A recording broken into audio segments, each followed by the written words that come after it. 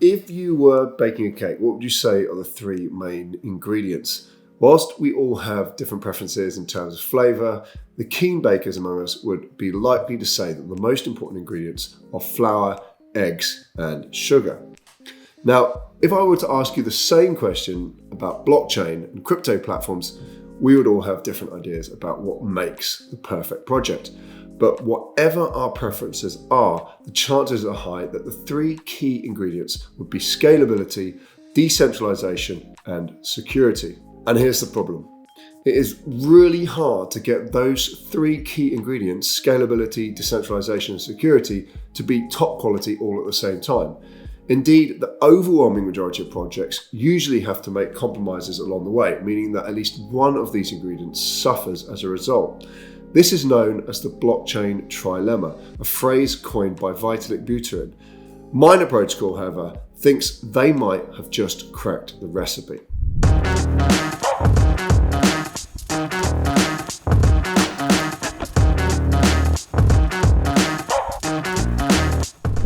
Hey guys, and welcome back to Crypto Money Life. Today I'm going to be sharing with you my review of the Mina Protocol project, a project they term a succinct blockchain.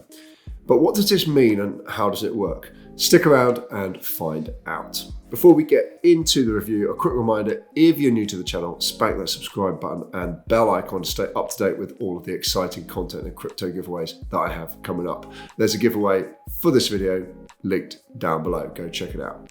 That would obviously mean a lot to me and it helps the channel grow. It's free for you guys to do, so it's much appreciated.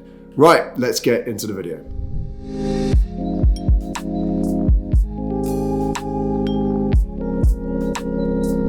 Mina Protocol is a project that has been built to try and reduce the amount of computational power needed to run DApps efficiently. It's described as a succinct blockchain and has been deemed the world's lightest blockchain crypto project. In fact, the way that it's been built means that it will retain a constant size as usage increases. Previously known as Coda protocol, the team rebranded the project in October 2020.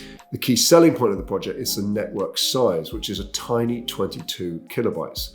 And to put that into perspective, 22 kilobytes is the size of a couple of tweets. And the achievement of having a blockchain this minuscule is apparent when compared to Bitcoin's 300 gigabyte and growing blockchain.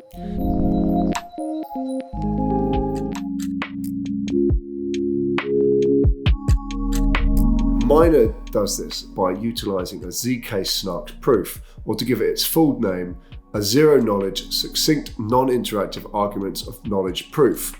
The technical details of how this actually works is, well, quite technical and complicated, but the important thing to take away here is that ZK snarks enables the authentication of information without ever revealing that actual info. This would routinely mean tracing back to the Genesis block, which would be impractical. So Mina addresses this by incrementally computing snarks that concentrate only on the last few blocks, meaning that the check is conducted via the ZK snark compressed proof instead of the block's entire transaction history.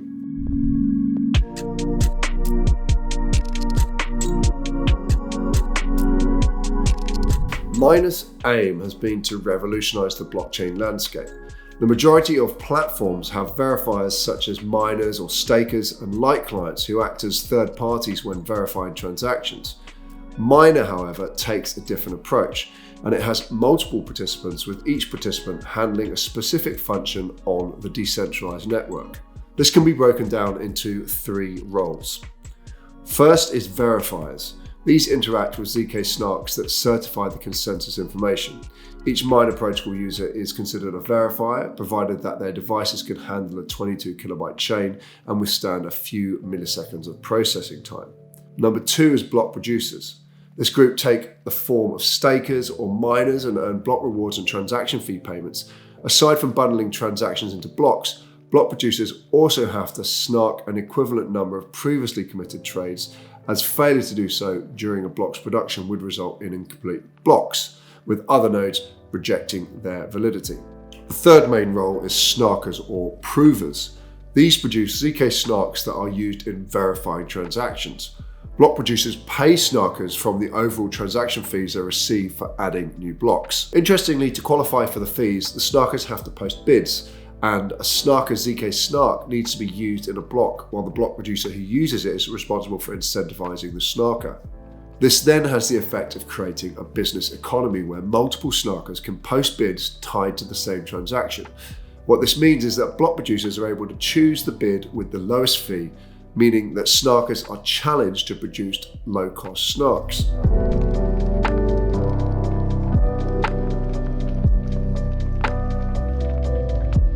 I do get that this may sound a bit complicated at the start, but actually it's quite straightforward, and let me explain the process, which will hopefully make it easier to digest. The process starts with the user initiating a transaction as per normal, and after this the trade goes into the mempool, which is a pool of valid but unconfirmed transactions. Next, snarkers take over by making proofs or snarks.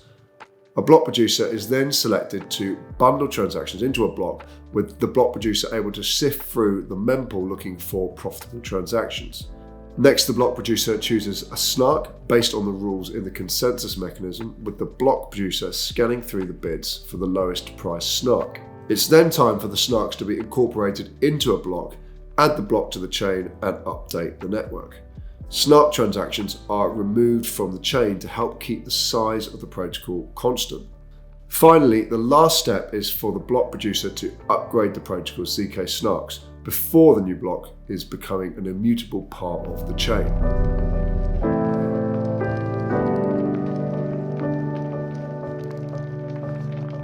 Before we get onto the token, I want to touch on the fact that Mina Protocol is also using a new proof-of-stake consensus protocol called Ouroboros Samisica. This is the first provably secure POS protocol for succinct blockchains, and it was necessary to create this unique consensus protocol as all existing off-the-shelf consensus mechanisms were not suitable for use with a succinct blockchain framework. I won't go into huge details in this review, but in a nutshell, the idea is to take all the blocks that need to be absorbed in a proof and then distribute the proving across parallel provers. There has also been a special incentive structure introduced that helps to maximize prover participation in the network. Let me know in the comments down below if you would like a more in-depth review on the Ouroboros Samisica consensus, and I will see what I can do. It probably deserves its own video at some point.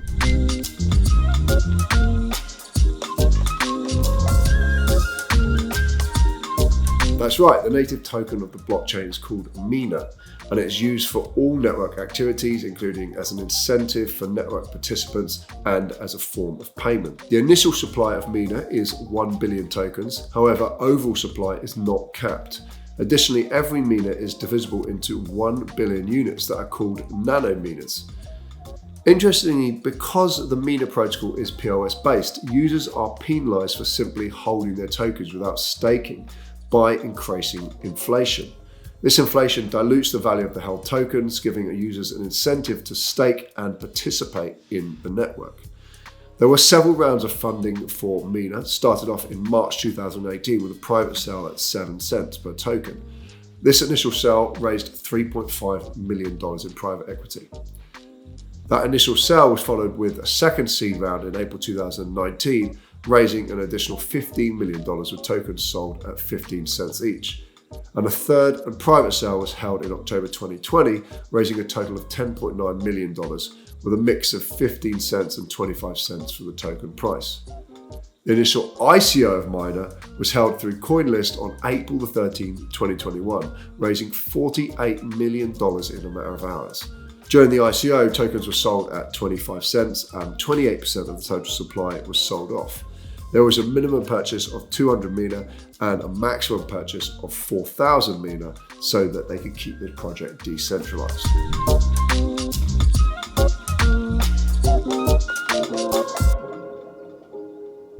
Mina is still in its infancy, as it was only listed for the first time on the 31st of May. As of the date of research for this video on the 13th of June, the token is trading for $2.36, down from an all-time high of $5.45 on the 3rd of June. It has a current CoinMarketCap ranking of 226 with a live market cap of $362 million.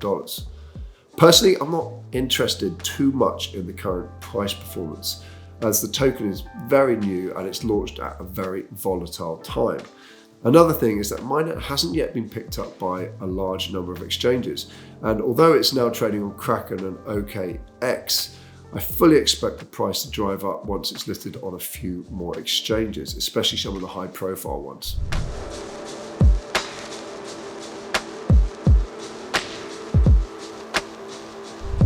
Designed by O1 Labs, Mina has an impressive and long list of backers, including 3 Arrows Capital, for whom the lightweight protocol is one of only 4 base layer blockchain investments listed on its website, alongside Bitcoin, Ethereum, and Polkadot.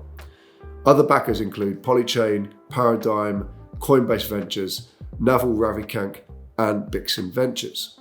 Although there are hugely impressive backers, the man responsible for driving the project forward is Evan Shapiro. Evan is the CEO of O1 Labs. He graduated from Carnegie Mellon University, having studied computer science, and following this worked as an intern at Mozilla before setting up O1 Labs with co-founder Isaac Meckler. Isaac graduated from the University of Chicago and later as a PhD student from Berkeley. He also worked as a developer and engineer from the Lies of Quixley and Jane Street Capital. He has a passion for computational complexity, cryptography, geometry, and topology. In addition to O1 Labs, the Mina Foundation also was launched. Alongside Evan Shapiro, other board members include the former executive director of Zcash Foundation, Josh Cincinnati, the principal of Slow Ventures, Jill Carlson, the VP of Engineering at Interchain, and Tendermint developer Tess Renerson. There are also a few others which I didn't mention. Scalability, decentralization, and security. All those 3 magic ingredients in one package has got people talking, and I for one am looking forward to seeing how this project develops. The potential here is huge on the face of it, and it has all the ingredients to be a very successful project. As ever though, the proof of the pudding will be in the eating. Does that even make sense? Or is the proof in the pudding? I can't remember. Anyhow, you may have seen the video Coin Bureau did, one of the biggest YouTube channels on crypto. He covered the project very recently, and that adds to the validity as a high growth potential token. There's been a lot of backing for the project, which bodes well for the future. Personally, I would like to see the young team behind the project perhaps look to expand the team to incorporate some more experience. That is not to do a disservice to the team in any way, but as things grow, the project will need that experience to guide the way, and the landscape is very competitive. That is my personal view, anyway. But all told, the project looks to be a brilliant and workable solution that ticks all of the major boxes needed within a crypto project.